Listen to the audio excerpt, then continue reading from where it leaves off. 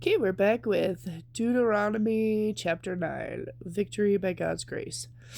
Hear, O Israel, today you are about to cross the Jordan River to occupy the land belonging to nations much greater and more powerful than you. They live in the cities with walls that reach to the sky. They are strong and tall, descendants of the famous Anakite giants. You've heard the saying, who can stand up to the Anakites? But the Lord your God will cross over ahead of you like a devouring fire to destroy them. He will subdue them so that you will quickly conquer them and drive them out, just as the Lord had promised. After the Lord your God has done this for you, don't say to yourselves, the Lord has given us this land because we are so righteous. No, it is because of the wickedness of the other nations that he is doing it. It is not at all because you are such righteous, upright people that you are about to occupy their land. The Lord your God will drive these nations out ahead of you only because of their wickedness, and to fulfill the oath he had sworn to your ancestors, Abraham, Isaac, and Jacob. I will say it again, the Lord your God is not giving you this land because you are righteous, for you are not. You are a stubborn people. Remembering the gold calf. Remember how angry you made the Lord your God out in the wilderness? From the day you left Egypt until now, you have constantly rebelled against him. Remember how angry you made the Lord at Mount Sinai, where he was ready to destroy you? That was when I was on the mountain, receiving the tablets of stone inscribed into the covenant, with the covenant that the Lord had made with you. I was there for 40 days and 40 nights, and all that time I ate nothing and drank no water. The Lord gave me the covenant, the tablets on which God himself had written all the words he had spoken to you from the fire on the mountain. At the end of the 40 days and nights, the Lord handed me the 2 stone tablets with the covenant inscribed on them. Then the Lord said to me, go down immediately, because the people you led out of Egypt have become corrupt. They have already turned from the way I commanded them to live, and have cast an idol for themselves from gold. The Lord said to me, I have been watching these people and they are extremely stubborn. Leave me alone, so I may destroy them and erase their name from under heaven. And then I will make a mighty nation of your descendants, a nation larger and more powerful than they are. So I came down from the fiery mountain, holding in my hands the 2 stone tablets of the covenant. There below me I could see the gold calf you had made in your terrible sin against the Lord your God. How quickly you had turned from the path the Lord had commanded you to follow. So I raised the stone tablets and dashed them into the ground. I smashed them before your very eyes. There for 40 nights and days I lay prostrate before the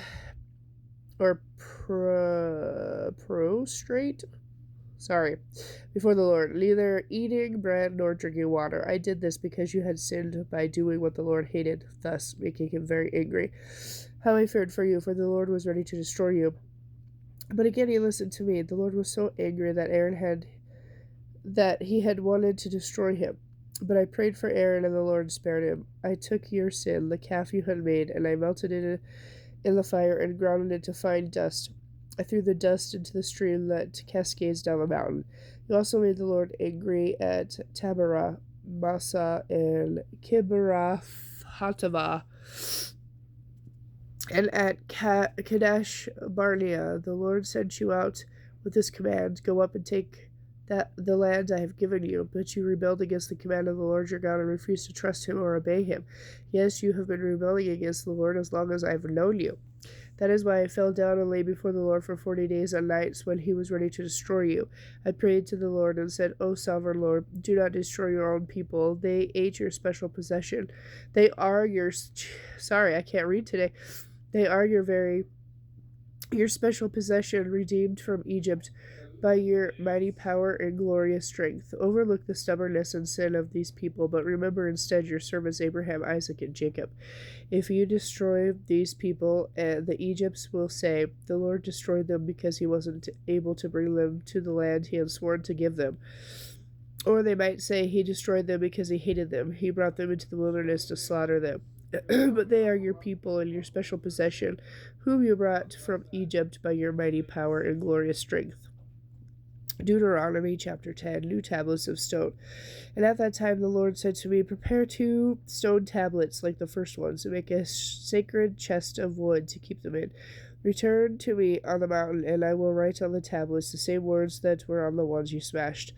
Then place the tablets in the sacred chest, the Ark of the Covenant. So I made a chest of acacia wood and cut 2 stone tablets from the first 2, and I took the tablets up the mountain. The Lord again wrote the terms of the covenant, the 10 Commandments, on them and gave them to me.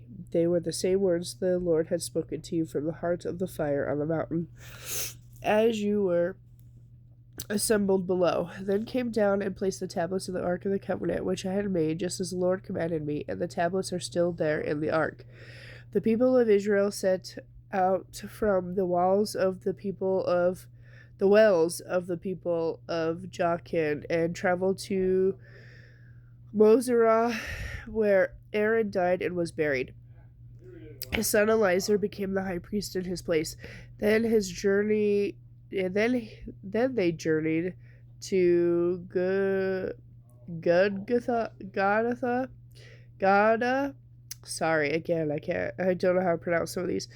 And from there to Jotbatha, at a land with brooks of water. And at that time the Lord set apart the tribe of Levi to carry the ark of the Lord's covenant, to minister before the Lord, and to pronounce blessings in his name. These are still their duties. That is why the Levites have no share or inheritance reserved for them among the other Israelite tribes. The Lord himself is their inheritance, as the Lord your God told them. As I said before, I stayed on the mountain in the Lord's presence for 40 days and nights, and as I had done the first time. And once again the Lord yielded to my pleas and didn't destroy you. But the Lord said to me, Get up and lead the people into the land I swore to give their ancestors, so they may take possession of it.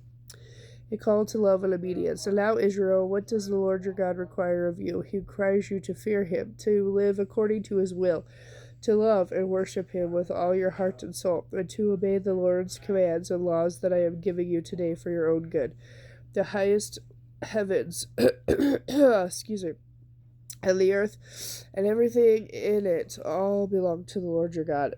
Yet the Lord chose your ancestors as the object of his love, and he chose you, their descendants, above every other nation, as is evident today. Therefore, cleanse your sinful hearts and stop being stubborn. The Lord your God is the God of gods and the Lord of lords. He is the great God, mighty and awesome, who shows no partiality and takes no bribes. He gives justice to orphans and widows. He shows love to the foreigners living among you and gives them food and clothing. You too must show love to foreigners, for you yourselves were once foreigners in the land of Egypt. You must fear the Lord your God and worship him and cling to him. Your oaths must be in his name alone. He is your God, the one who is worthy of your praise, the one who has done mighty miracles that you yourselves have seen. When your ancestors went down into Egypt, there were only 70 of them, but now the Lord your God has made you as numerous as the stars in the sky. Okay, and I'll be back later with chapter 11.